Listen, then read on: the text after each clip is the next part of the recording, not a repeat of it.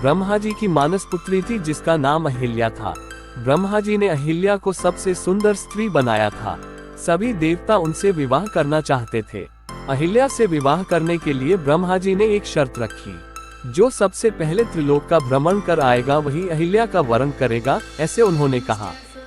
देवराज इंद्र अपनी सभी शक्ति के द्वारा सबसे पहले त्रिलोक का भ्रमण कर आए, परंतु तभी देवर्षि नारद ने ब्रह्मा जी को बताया कि ऋषि गौतम ने इंद्र से पहले त्रिलोक का भ्रमण किया है। नारद जी ने ब्रह्मा जी को बताया, हे ब्रह्मदेव, ऋषि गौतम ने अपने दैनिक पूजा क्रम में गौमाता की परिक्रमा की है। उस समय गौमाता बछड़े को जन्म दे रही थी। वेदों के अनुसार इस अवस्था में गाय की परिक्रमा करना त्रिलोक परिक्रमा समान होता है। देवर्षि नारद जी की यह बात योग्य थी, इसलिए ब्रह्मा जी ने इंद्र को छोड़ देवी अहिल्या का विवाह अत्रि ऋषि के पुत्र ऋषि गौतम से कराया। परंतु इंद्र के मन में देवी अहिल्या को पाने की इच्छा वैसी ही थी। एक दिन गौतम ऋषि आश्रम के बाहर गए थे। उनकी अनुपस्थिति में इंद्र ने गौतम ऋषि के वेश धारण किया और उन्होंने अहिल्या से प्रणय याचना की। इस समय देवी अहिल्या ने गौतम ऋषि के वेश में आए इंद्र को पहचान लिया था, इसलिए अहिल्या ने मना कर दिया।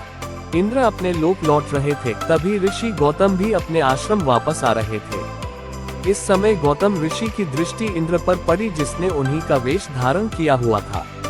ये देख गौतम ऋषि क्रोधित हुए और उन्होंने इंद्र को शाप दे दिया। इसके बाद उन्होंने अपनी पत्नी को भी शाप दिया। ऋषि ने कहा, तुम सहस्रों वर्षों तक केवल हवा पीकर कष्ट उठाती हुई यहाँ राख में पड़ी रहोगी। जब प्रभु श्री राम इस वन में प्रवेश करेंगे तभी उनकी कृपा से तुम्हारा उद्धार होगा। उनके चरणों का स्पर्श होने पर ही तुम अपना पूर्ण शरीर धारण करके मेरे पास आ सकोगी। ये कहकर गौतम ऋषि आश्रम को छोड़कर हिमालय पर्वत पर तपस्या करने के लिए गए। गौतम ऋषि के शाप के कारण देवी अहिल्या पत्थर की शिला बन गई। सहस्रों वर्ष बीतने के बाद प्रभु श्री राम जी का जन्म हुआ।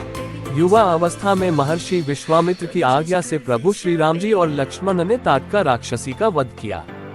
ताटका वध के बाद वे यज्ञ के लिए आगे बढ़ रहे थे। तब प्रभु की दृष्टि उस वीरान कुटिया पर पड़ी और वे वहां रुक गए। उन्होंने महर्षि विश्वामित्र से पूछा, हे गुरुवर, ये कुटिया किसकी है? ऐसा लगता है कि कोई युगों से यहाँ पर आया नहीं है।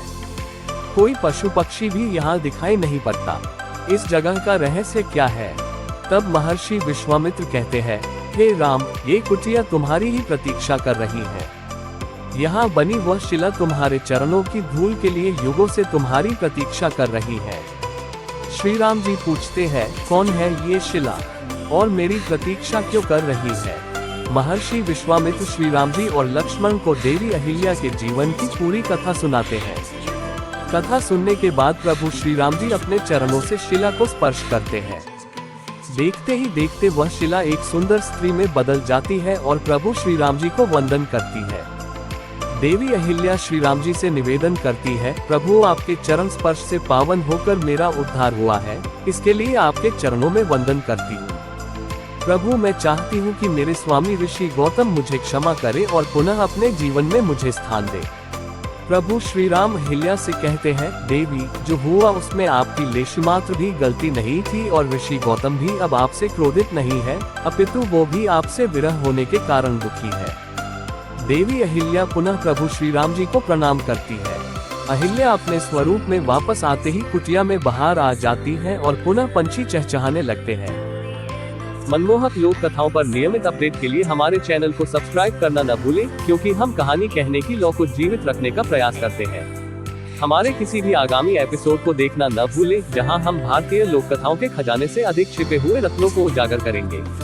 हमसे जुड़े और इस अविश्वसनीय साहसिक कार्य का हिस्सा बने, क्योंकि हम आपको लोक कथा इतिहास, लोक कथाओं का अनावरण की मनोरम दुनिया में जाने के लिए आमंत्रित करते हैं। मंत्रमुग्ध और